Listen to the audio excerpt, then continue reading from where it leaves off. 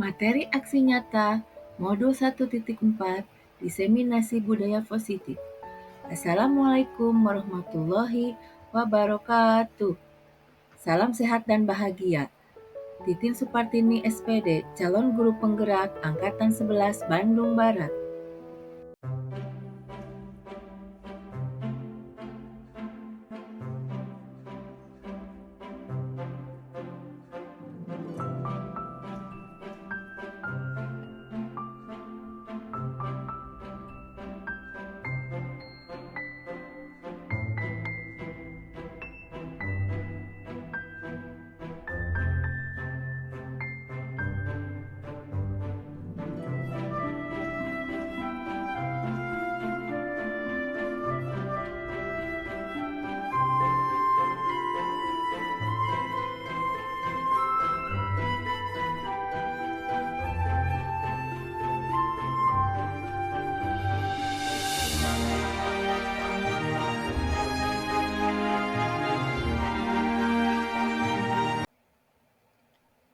Pelaksanaan diseminasi budaya positif di SDN 5 Cililin. Selamat menyaksikan. Alhamdulillahirrahmanirrahim. Pada hari ini, tanggal 22 Agustus 2024, kita ada di tempat yang sama. Kita akan presentasi. Pertama-tama akan disampaikan sambutan dari Bapak Kepala Waktu dan Tempat.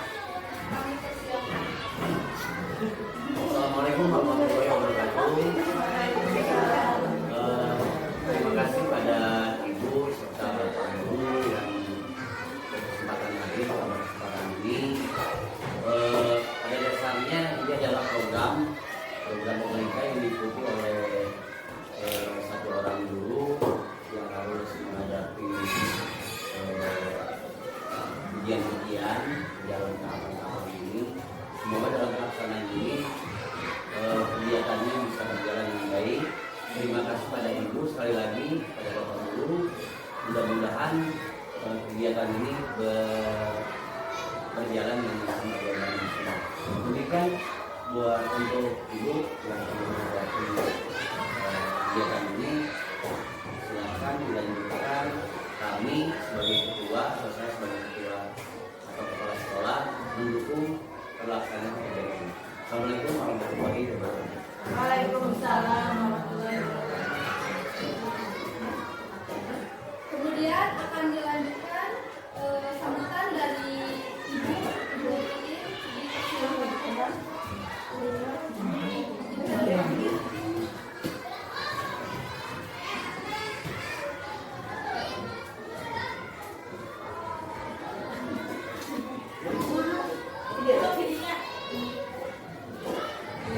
Assalamualaikum warahmatullahi wabarakatuh. Waalaikumsalam warahmatullahi wabarakatuh. Alhamdulillah pada hari ini kami berkumpul di tempat yang sangat berkesan dan berbahagia untuk melaksanakan kegiatan diseminasi positif bagi kegiatan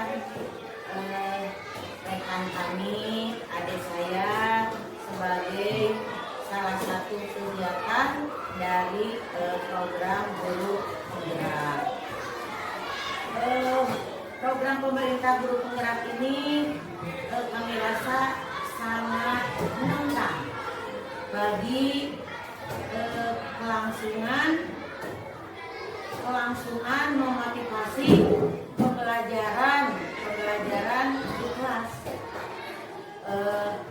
Guru kami yang mendapat kesempatan, mendapat bimbingan, mendapat program sebagai guru penggerak, seolah mendapat tantangan bagaimana nih sebagai guru itu selalu bergerak dinamis, tetapi bergeraknya berarti ke arah yang positif. untuk meningkatkan kegiatan pembelajaran yang lebih efektif, efisien, dan juga menyenangkan. Dan kesananya mungkin lebih lanjutnya visinya dalam rangka mencerdaskan kehidupan bangsa.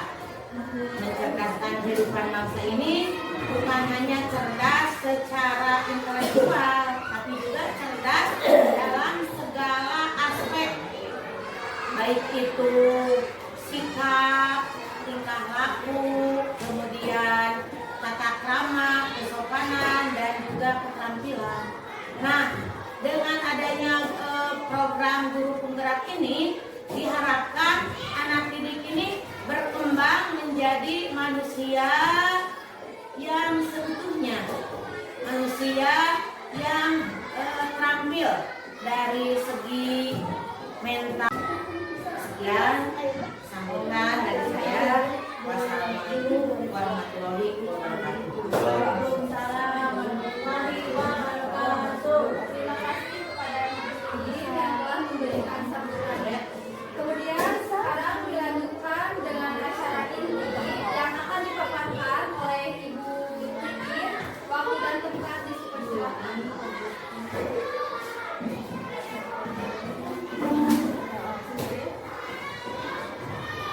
Terima kasih Ibu Lisa ya atas kesempatannya. Bismillahirrahmanirrahim. Assalamualaikum warahmatullahi wabarakatuh. Waalaikumsalam warahmatullahi wabarakatuh. Puji dan syukur kita panjatkan kehadirat Allah Subhanahu wa taala karena dengan ridhonya kita semua bisa berkumpul di sini dalam rangka diseminasi budaya positif tugas dari CDP modul 1.4. Ibu, bapak-bapak santai saja ya, gitu ya, karena mungkin tadi sudah capek tadi mengajar, kemudian di sela-sela istirahatnya ibu-ibu harus menghadiri diseminasi budaya positif vaksinasi gitu ya. Sebelumnya saya ucapkan terima kasih, banyak-banyak terima kasih kepada ibu dan bapak, kepada bapak kepala sekolah karena sudah mau meluangkan waktu untuk mendengarkan paparan tentang budaya positif. Ibu dan bapak, ada tugas modul saya di 1.4 yaitu budaya positif. Saya diberikan tugas untuk mendiseminasi atau memaparkan, atau dalam artian ibu dan bapak sharing lah ya. Bukan maksud saya untuk menggurui ibu dan bapak karena saya tahu ibu dan bapak lebih paham ya, lebih banyak pengetahuannya dari saya. Karena di sini saya diberikan tugas untuk diseminasi, maka saya mengajak ibu dan bapak, kemudian bapak kepala sekolah untuk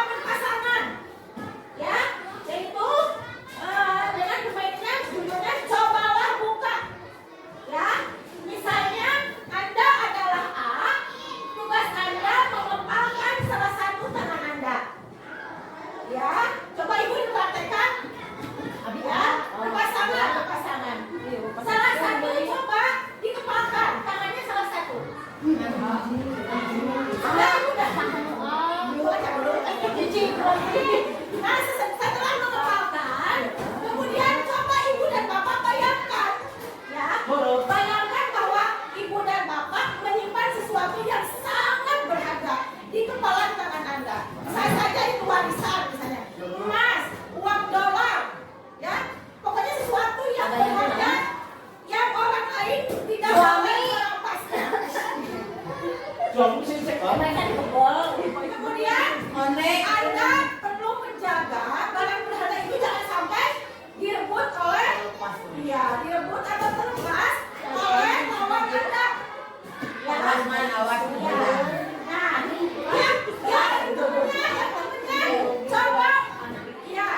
Coba untuk merebut dengan cara bisa mengkritik ibu atau mengintimidasi.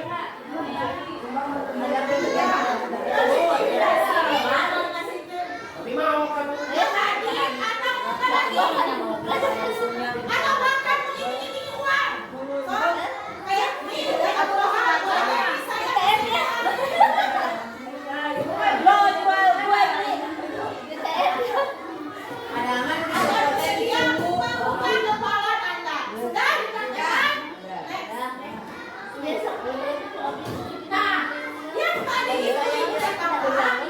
berhubungan dengan teori kontrol. Ketika kita mempertahankan sesuatu yang berharga di diri kita, berarti apa coba yang ada di dalam diri kita itu apa? Ada semangat, Oke. semangat juang. Semangat juang. Boleh motivasi, apa lagi? Optimis. Apa lagi? Ada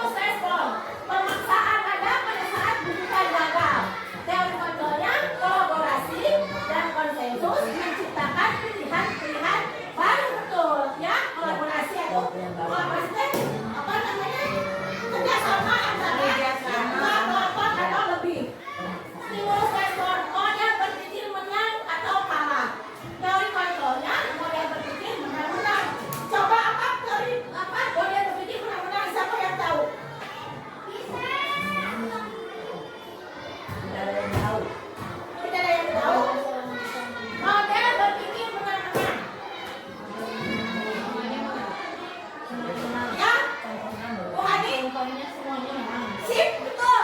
Ya. Jadi tidak ada ya yang kalah atau menang, yang salah atau benar. Seri. Sip, ya. Terima kasih Bu Hani. Next. Nah, disiplin positif. Disiplin positif merupakan salah satu cara penerapan disiplin yang bertujuan untuk menumbuhkan kesadaran serta memberdayakan anak untuk melakukan sesuatu tanpa sogokan, tanpa ancaman maupun hukum. Nah, ini kan disebut disiplin positif. Kayak berapa? Jadi tanpa sogokan, tanpa ancaman maupun hukuman. Jadi anak mendisiplinkan diri karena berasal dari Kesadaran. dirinya sendiri. Nah, ibu dan bapak, semua nilai-nilai positif itu bermuara dalam satu tujuan, yaitu penciptaan profil pelajar Pancasila. Karena di dalam profil pelajar Pancasila itu ada 6 nilai-nilai kebajikan di universal. Berarti dalam profil pelajar Pancasila itu sudah terbungkus ya nilai-nilai kebajikan universal yang banyaknya itu dibungkus dalam profil pelajar Pancasila, yaitu beriman dan bertakwa kepada Tuhan Yang Maha Esa dan berakhlak mulia. Yang kedua, berkebinekaan global. Yang ketiga, bergotong royong. Yang keempat, kreatif. Kelima, bernalar kritis. Dan terakhir, bernalar kritis. Yang keenam, mandiri. Nah, inilah yang disebut nilai-nilai kebajikan. Kebajikan. Nah, setiap siswa yang melakukan tindakan positif dan negatif pasti mempunyai motivasi. Nah, inilah ada 3 motivasi perilaku manusia. Pertama, menghindari ketidaknyamanan atau hukuman. Yang kedua, mendapat imbalan atau penghargaan. Ujian. Dan yang ketiga, menghargai diri dan menjadi orang yang mereka inginkan. Coba ibu dan bapak, ya, anak-anak di kelas kita, ya. Dari ketiga motivasi ini, mana yang sering mereka lakukan? Yang pertama menghindari hukuman. Oke, kata ibu ini yang pertama menghindari ketidaknyamanan atau hukuman. Yang lainnya, mendapat imbalan. Nah, iya Bu Dewi, mendapat imbalan atau penghargaan. Nah, itu yang sering kita jumpai terhadap motivasi anak didik kita di kelas ya ibu dan bapak. Nah, nanti bagaimana sih untuk merubah motivasi peserta didik, nanti kita ada share berikutnya. Nah, ini ada hukuman, konsekuensi dan restitusi. Nah, di sini banyak sekali ya. Mungkin ibu dan bapak tidak bisa membaca satu persatu ya. Kalau hukuman itu sesuatu yang menyakitkan harus terjadi. Berarti hukuman itu berimpact apa ibu dan bapak? Berdampak apa? Hukuman Jerak. ya negatif ya, bagus golongan negatif. Kalau konsekuensi adalah sesuatu harus terjadi.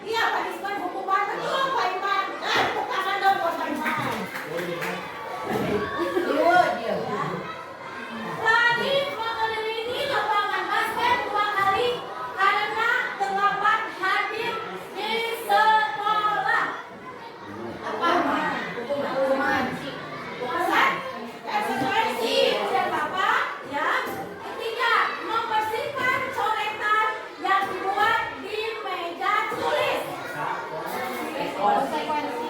Oh, konsekuensi betul Balik. Murid diminta untuk push up 15 kali karena tidak menggunakan masker ke sekolah. Hukuman. Hukuman atau konsekuensi apa sih? Konsekuensi. Ya, konsekuensi. Berdiri di depan kelas sambil mengangkat kaki satu karena tidak bisa menjawab pertanyaan. Hukuman. Karena dilakukan Spontanitas. ya. Membersihkan WC karena merusak pensil teman. Hukuman. Membersihkan WC karena merusak pensil teman. Hukuman atau konsekuensi? Konsekuensi. Konsekuensi. Karena tadi apa? Merusak. Bukan, dilakukannya spontan sama guru. Sok, ibu hidup pensil api rusak. Push up, bersihkan WC. Berarti itu kan spontan.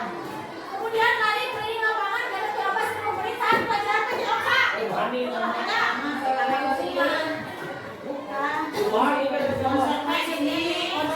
Konsekuensi. Hah? Konsekuensi. Nah, next. Dihukum. Nah, di sini ada dihukum oleh penghargaan. Nah, Reward. apa sih dihukum oleh penghargaan itu, Ibu dan Bapak? Hadiah.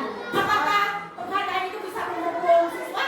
Padahal kan kalau murid atau siswa diberikan penghargaan pasti kan senang ya, Ibu dan Bapak. Tapi kok ini dihukum oleh penghargaan? Coba surat ke Pangolo. Coba kata Bu Lomba buat Pangolo senang itu. Apa? Anak-anak disuruh nyanyi berarti kan gitu. Perkataannya bisa berupa padanan, bisa berupa pujian, gitu ya. Nah, tapi kenapa kan dihukum? Dihukum seperti joget, ya. Berarti kalau dihukum oleh penghargaan, berarti penghargaan itu berkonotasi negatif. Ada berkonotasi negatif, ada berkonotasi positif. Nah, seperti apa? Yang pengaruh positif dan pengaruh negatif. Tapi pengaruh jangka pendek. Mungkin ketika anak diberikan reward, penghargaan bisa berupa barang dengan itu. Misalnya ketika anak bisa mengerjakan matematik ke depan. Nih, aku kasih permen. Ya, atau bagus sekali kamu. Ya, pintar sekali good job. Ya, yang biasa saja. Tapi ketika anak terus-terusan diberikan reward, apakah itu ada apa motivasi intrinsik atau ekstrinsik? Ekstensi dari luar. Iya. Ya, karena anak selalu mengharapkan dikasih reward. Misalkan iya. Nah, berarti hubungan dengan dihukum oleh penghargaan, berarti yang negatif itu jika dilakukan secara jangka panjang. Terus-terusan kita lakukan. Jadi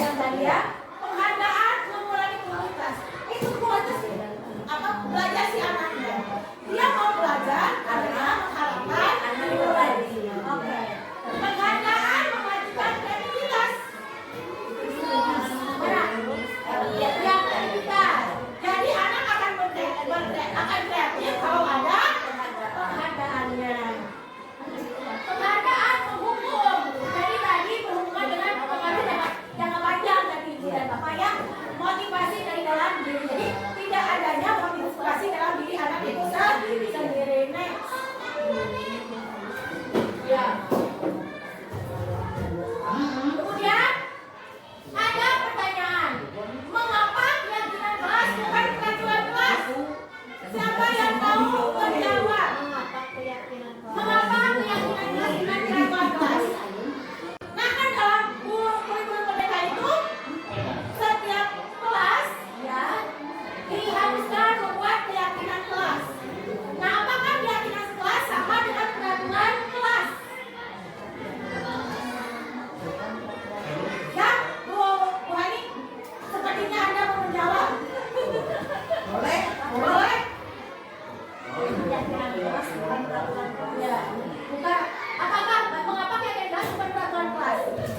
Apakah yang berlaku di kelas itu bukan peraturan kelas malah keyakinan kelas?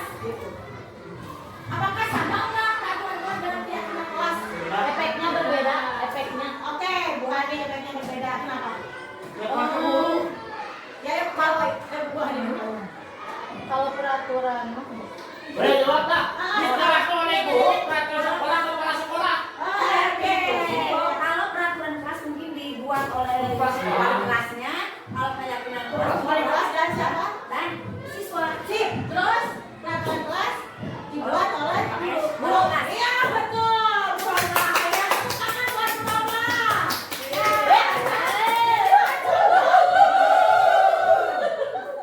Kasih kalian dulu. Oke. Nah keyakinan kelas yang sudah tadi kata Ibu Roma jawab bahwa keyakinan itu dibuat dan disepakati oleh anak didik atau peserta didik yang ada berada di kelas itu sendiri. Disepakati dengan guru. Peraturan kelas hanya dalam satu arah. Yang membuat itu hanya sekolah atau guru itu sendiri tanpa adanya keterlibatan dengan siswa. Next. Oke, nah mengapa nomor satu, mengapa kita memiliki peraturan tentang penggunaan helm pada saat mengendarai kendaraan roda dua atau motor? Nah di sini ada pertanyaan, mengapa negara kita memiliki peraturan untuk penggunaan helm pada saat mengendarai kendaraan roda dua motor? Kenapa? Satu, apabila terdapat kecelakaan, Ya. setidaknya bisa melindungi kepala. Iya, dan benturan. Iya. Kemudian ada jawaban lain? Ada jawaban lain?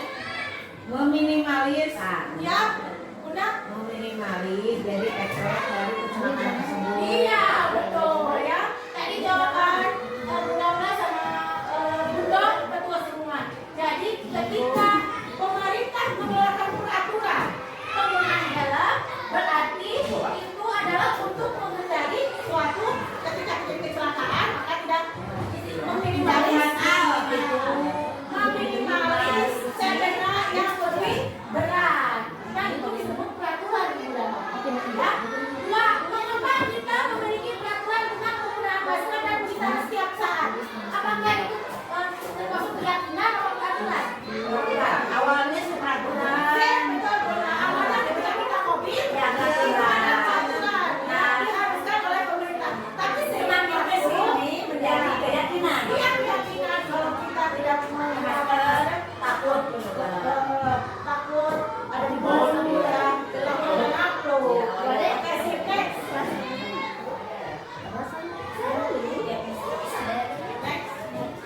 Dan ini udah kan? Oh iya, keyakinan kelas dibuat berdasarkan kesepakatan antara guru dan siswa yang tadi ya, betul. Dan bersifat universal. Karena kenapa bisa universal? Karena di dalam kesepakatan kelas atau keyakinan kelas itu ada nilai-nilai kewajiban. Ya, nomor dua, peraturan biasanya dibuat oleh guru bersifat satu arah. Kemudian di sini ada prosedur pembentukan keyakinan sekolah atau kelas. Nah, bila ibu dan bapak mau membuat keyakinan kelas, di sini ada tahapan-tahapannya ibu dan bapak. Karena saya sudah mengaplikasikan ya, jadi istilahnya bukan hanya teori saja yang saya berikan kepada ibu dan bapak, tapi saya sudah melakukannya di kelas saya. Satu langkahnya mempersilahkan pada sekolah atau siswa untuk mencurahkan ide tentang peraturan yang akan disepakati. Jadi ibu dan bapak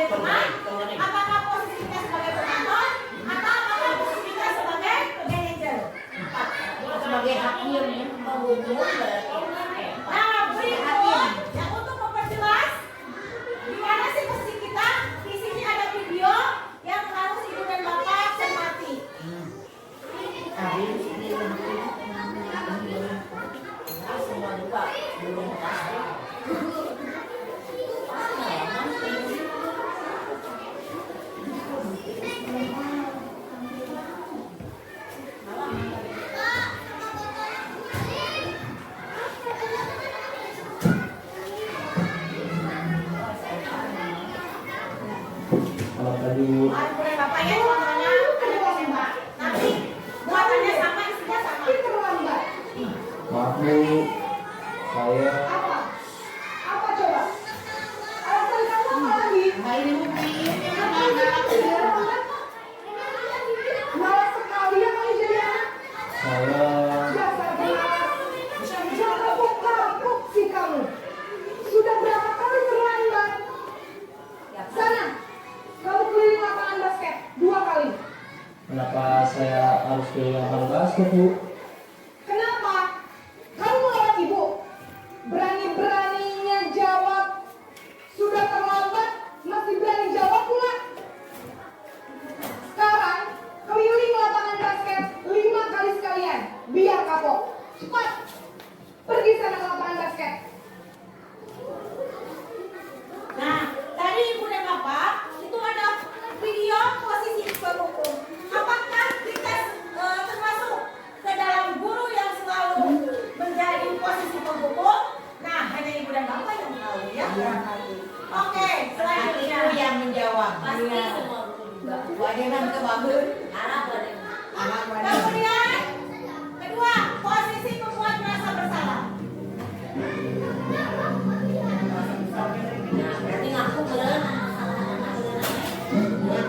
Salah itu buku. Dan Bukan sis. Apakah yang merasa bersalah sis? Selamat pagi Bu.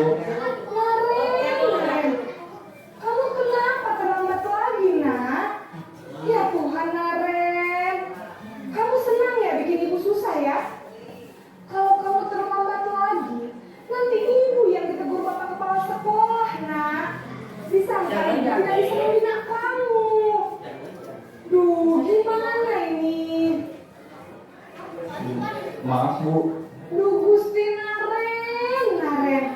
Kamu suka ya kalau ibu tegur bapak kepala sekolah? Terus, sekarang ibu harus tulis apa ini di buku absen?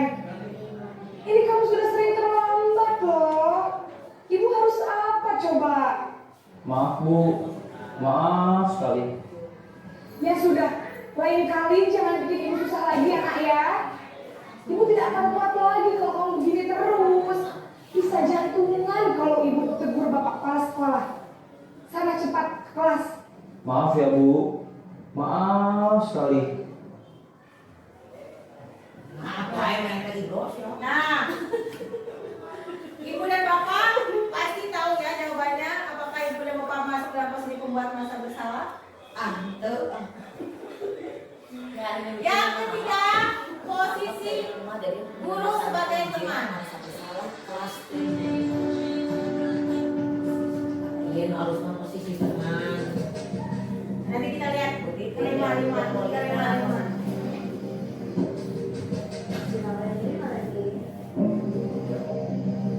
Naren, Halo Bu. Selamat pagi Bu. Kesayangan Hani. sudah jam berapa ini nak? Terlambat lagi ya saya. Aduh, mereka Bu, yang habis ibu saya lupa bangunkan saya Bu. Kamu malah menyalahkan ibu kamu. Kamu bukannya anak yang larinya paling kencang. Kok terlambat sih? Iya Bu, saya memang terlambat bangun tadi. Jadi biarpun saya lari kencang, tetap gak kekejar Bu. Ya sudah sana. Nanti lain kali larinya lebih kencang lagi ya. Biar gak terlambat lagi. Bikin senang ibu. Demi ibu. Bisa kan? Bisa lah Bu. Ya sudah sana masuk kelas. Ibu beresin urusan absen kamu. Kamu ini ada-ada saja. Rakan dan Ilyas kesayangan Hani Nur Fitriani. Jadi Hani kesayangan emak main bola di kelas. Ilyas teh Kemudian next video paling kuat. posisi nanti Komando. Guru sebagai komando. Ada garam dia. Naren, Milo. Selamat pagi Bu. Naren, apa peraturan sekolah kita tentang kita harus di sekolah jam 7, Bu. Iya betul, sekarang sudah jam 7.20. Kemarin sudah tahu konsekuensinya jika terlambat hadir. Paham, Bu? Saya harus tinggal kelas pas jam istirahat selama 20 menit. Iya benar, konsekuensinya demikian. Jadi nanti jam 9.30 pas istirahat, kamu harus tinggal di kelas, kerjakan tugas tambahan untuk ketertinggalan kamu, ya? Baik, Bu. Nah, iya harus mah. Iya. Segala Ayo, macam. manajer. Mana? Oh, Saya kan cuma posisi manajer. Yang atas, yang ini. udah dia. Belum. Dia mau mantau. Mantau. Yang ini belum. Manajer. Lagi udah Teleponnya udah, manajer. belum Manajer mau menyusun. nyari. Yang ini. Jadi ini susah banget. Yang mana? Yang ini. Ya udah, semuanya udah ya? Udah. Ya, berarti Ibu dan Bapak setelah kita melihat tadi ya penayangan videonya, apakah kita termasuk posisi sebagai penghukum atau posisi sebagai teman? Apakah posisi sebagai pemantau? Apakah posisi pembuat masa bersalah? Apakah posisi manajer? Tergantung kondisi. Iya bagus, itu tergantung kondisi. Oke, Ada sinkron ya situasi dan keadaan. kalanya kita sebagai penghukum, Oke, ada terus? kalanya sebagai teman, Iya. ada kalanya juga sebagai pemantau, teman juga. Mau kesalahan yang Iya, dua anaknya. oke. Tergantung kesalahan yang Kadang-kadang guru-gurunya kerjaan. Jadi teman. Ada tergantung di orang. Nanti kita cari jawabannya. Nah, di sini ciri-ciri seorang guru penghukum yaitu menghardik, ya, menunjuk-nunjuk, berkacak pinggang, membentak, kemudian memberikan hukuman fisik atau secara verbal. Nah, apa dampak? Pasti berdampak Ibu dan Bapak kepada anak siswa didik kita. Dan dampaknya apa? Anak menjadi pendendam. Kemudian tidak mengenai guru atau masalah tertentu. Ya. Kedua, pembuat merasa bersalah. Apa sih ciri-ciri guru si pembuat merasa bersalah itu? Suaranya lembut namun menyalahkan siswa. Nah, Ada belanya. iya, begini contohnya tuh. Emang terima kasihan sama ibu nanti dibanding sama bapak KS gitu. Berarti apa? Si guru itu memposisikan anak untuk dia merasa bersalah. Oh, nanti kalau saya berbuat salah berarti ibu akan dimarahi sama bapak KS gitu. Kemudian yang kedua, guru menyatakan kesalahan pada siswa dan guru menderita yang tadi sudah disebutkan ya. Contohnya, kemudian dampaknya buat siswa apa? Membuat siswa merasa bersalah, kemudian merasa rendah diri, kemudian menarik diri atau mengisolasi diri. Jadi dia tidak mau berteman dengan temannya karena merasa dia tidak pede, dia rendah diri.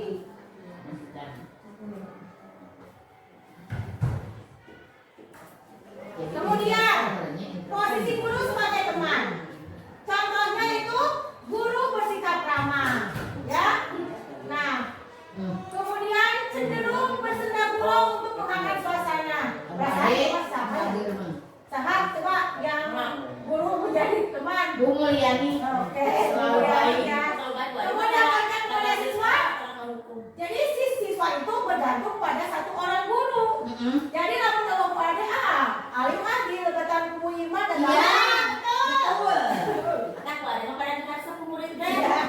kemudian membuat siswa tidak mandiri. Jadi kalau tidak ada tidak mau melakukan sesuatu, ya Maunya sama Bu Ade. sama Bu Ade saja atau sama Ibu Noha saja, ya. Kemudian guru sebagai pemantau. Nah, sebagai pemantau ini nada bicara gurunya dan ekspresinya datar. Jadi dia teh apa ngambel, apa henteu, ya tawe, ya. Kemudian identitas berhasil, pemantau tetap memantau saat siswa diberi sanksi. Nah, dampaknya yaitu jadi siswa menghitung hadiah. atau hukuman yang diberi tanpa melihat nilai kebajikan. Kemudian dampaknya tidak sepenuh hati mandiri, ya. Nah, di sini adalah guru sebagai posisi manajer. Suaranya netral. Jadi dia tidak menghakimi, tidak menyalahkan, kemudian tidak menghujat kata-katanya, tidak menekan. Abdi kok. Ya, Bapak. Yang kedua, tercipta identitas positif.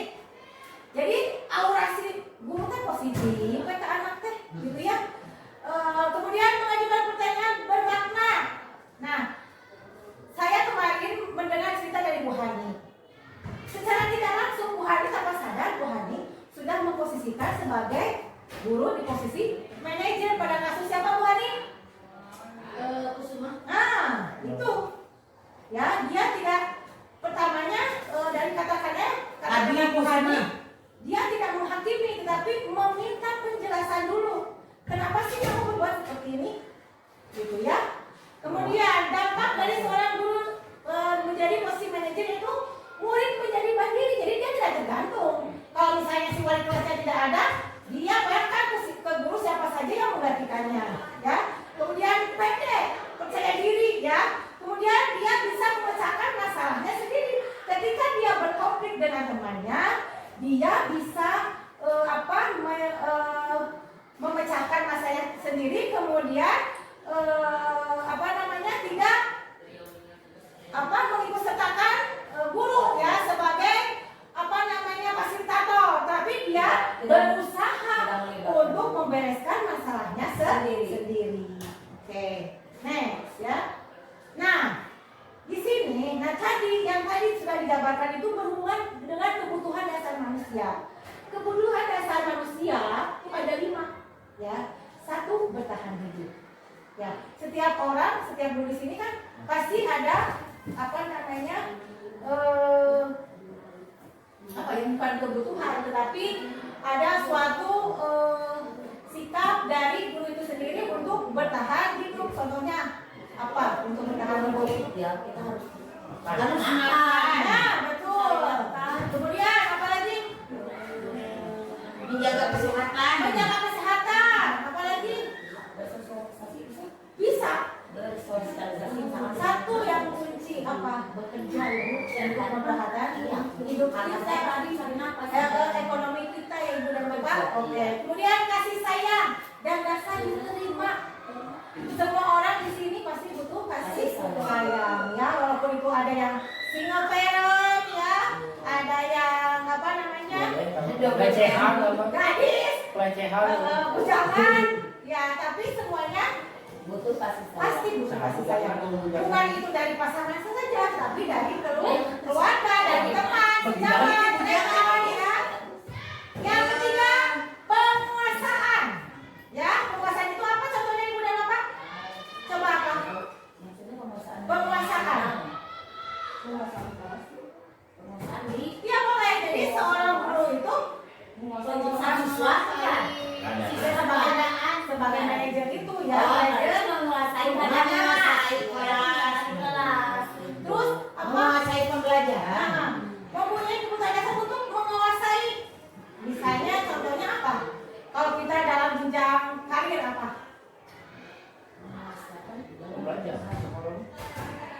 Yang misalnya contohnya ini deh P3K sekarang lagi ngumpulin absensi.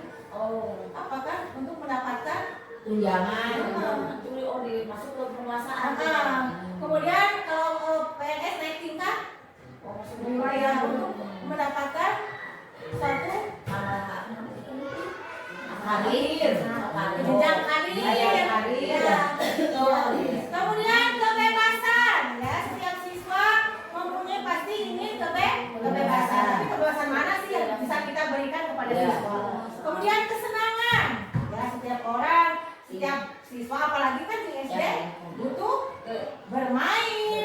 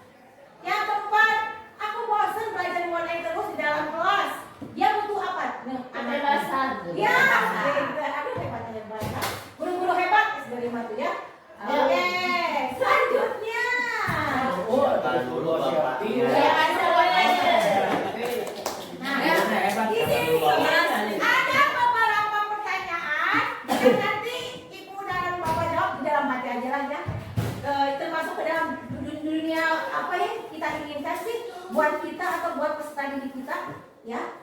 Nih, siapakah orang-orang yang paling penting dalam hidup kita?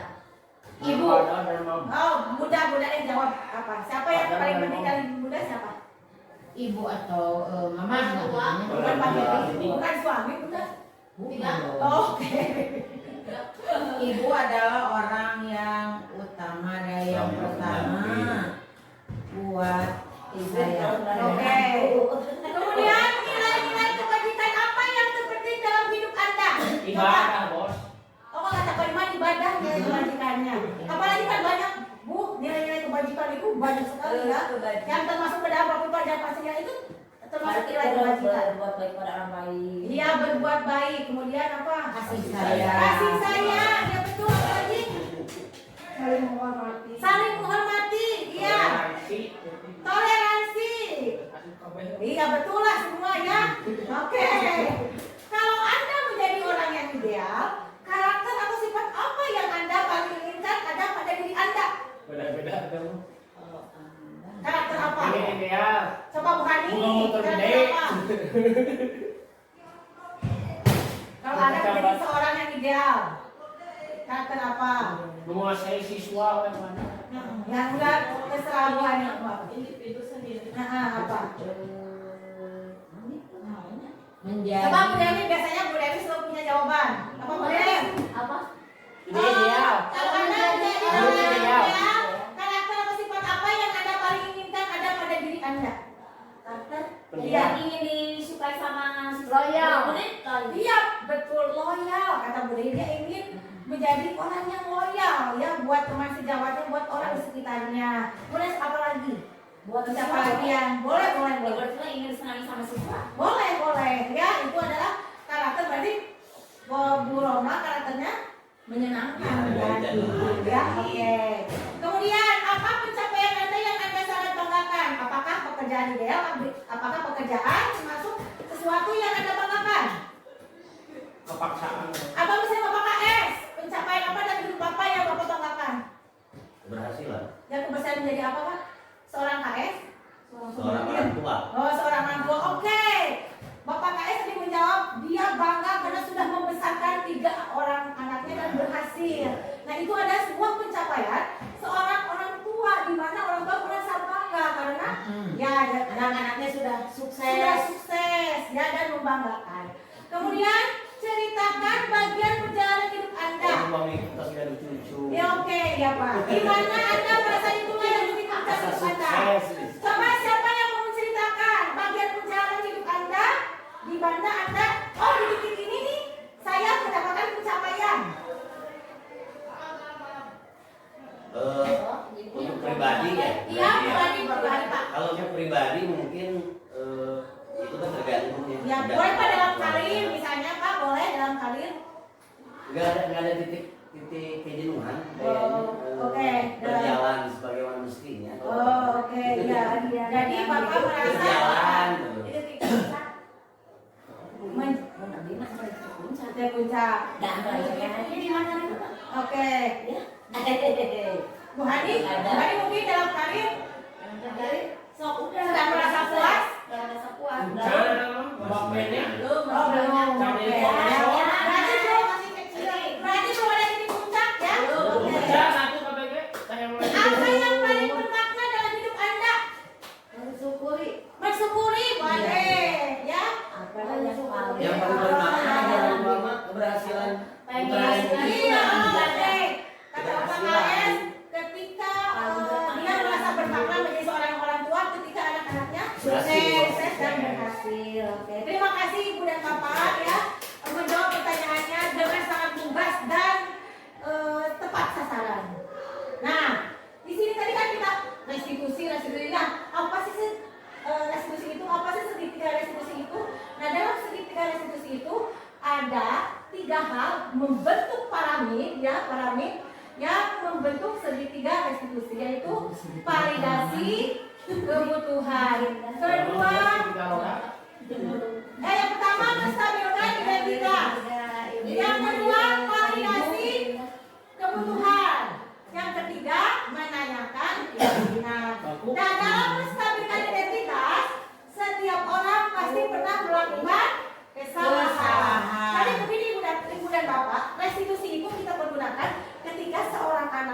melakukan suatu kesalahan.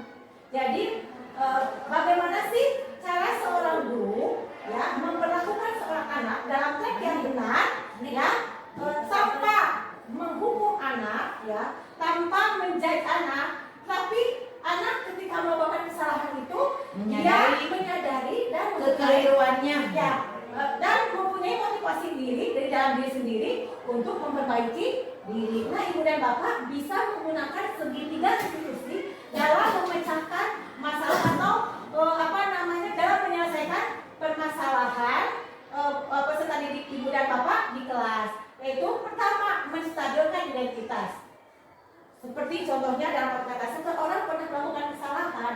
Jadi kita ketika melakukan segitiga restitusi pas berhadapan dengan anak, jadi jangan mana gitu ya, jadi jangan langsung menjudge, tapi kita stabilkan dulu nih emosinya ya, karena mungkin kan ketika anak berbuat salah ada perasaan campur aduk di dalam anak itu. Nah, ketika kita panggil, kita stabilkan dulu emosinya ya. Nah, kemudian kata-kata yang kedua, kamu bukan satu-satunya yang pernah melakukan.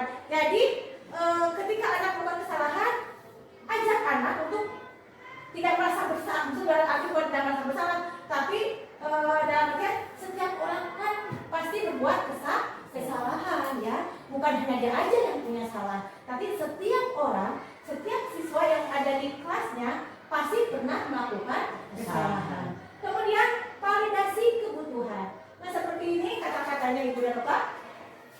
Kamu tentu punya alasan mengapa melakukan itu. Nah, setelah tadi menstabilkan emosinya, kemudian tanya, kenapa sih kamu melakukan seperti itu? Coba Bu Hani peragakan yang kemarin, karena saya merasa Ibu Hani sudah menerapkan segitiga restitusi yang kemarin pada kasus ini. Adi Kusuma. Iya, coba yang kemarin, makanya saya Ibu Hani secara sama sadar sudah menerapkan segitiga restitusi.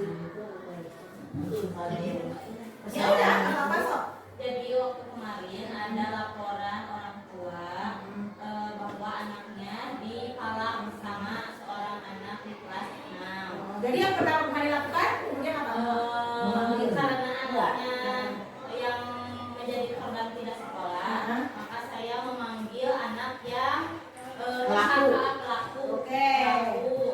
yang memalak tersebut. Kemudian apa yang Bu Ani katakan kepada anak tersebut? Bertanya, mengapa kamu melakukan hal tersebut? Nah, berarti Bu Hani sudah memvalidasi kesalahan si anak, yaitu menanyakan alasan mengapa melakukan hal tersebut.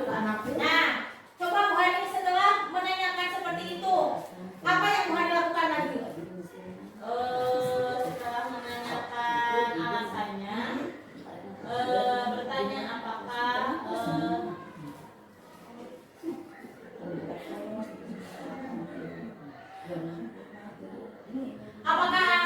anak-anak si Pandi itu dibawa ke Bu Hani untuk dia menyadari kesalahannya. Bukan, berarti Bu Hani sudah menanyakan keyakinan yang sudah dilanggar ya sama si Pandi, yaitu memalak ya, memalak. Nah, nilai apa yang selain sekolah, misalnya ibu dan bapak sudah membuat keyakinan kelas, pasti kalau anak itu berbuat kesalahan pasti ada nilai-nilai ya, nilai-nilai kebajikan kebaikan di kelas yang sudah dilanggar, yang sudah disepakati berarti ya. Nah, kalau sudah menanyakan keyakinan, berarti kan solusinya apa Bu Hani ke si anak itu? Oke. Berjanji tidak akan melakukan ya, itu. Nah, itu adalah tadi Bu Hani sudah melakukan proses segitiga restitusi, walaupun misalnya ada hal-hal yang tidak dilakukan, tapi setidaknya sudah mengamalkannya, melakukan ya. Dari ketiga segitiga restitusi itu ada beberapa yang sudah dilakukan. Next, bagaimana?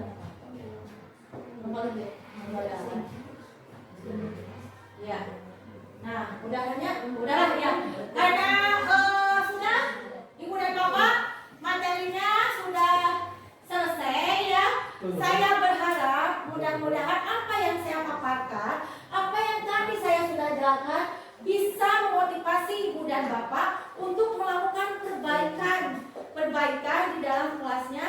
masing-masing ya dalam topik materi budaya positif. Nah, sekian dulu dari pemaparan dari saya. Mohon maaf yang sebesar-besarnya karena sudah mengganggu istirahat Bapak dan Ibu untuk hadir di sini. Akhirul kata, wassalamualaikum warahmatullahi wabarakatuh. Saya kembalikan lagi kepada Ibu Nisa sebagai moderator. Tepuk tangan Ibu dan Bapak.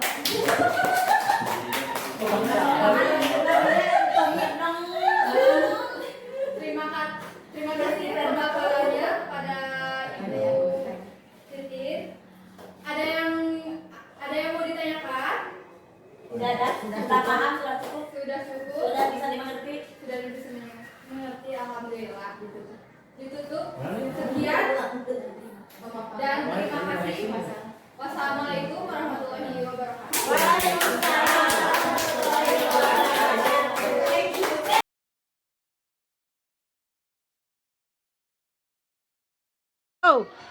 Alhamdulillah pemaparan yang dijelaskan oleh Bu Titin calon CGP itu memuaskan, dapat dimengerti. Pokoknya is the best Bu Titin. Semangat ya Bu Titin. Semoga kedepannya makin sukses, makin berhasil. Oke.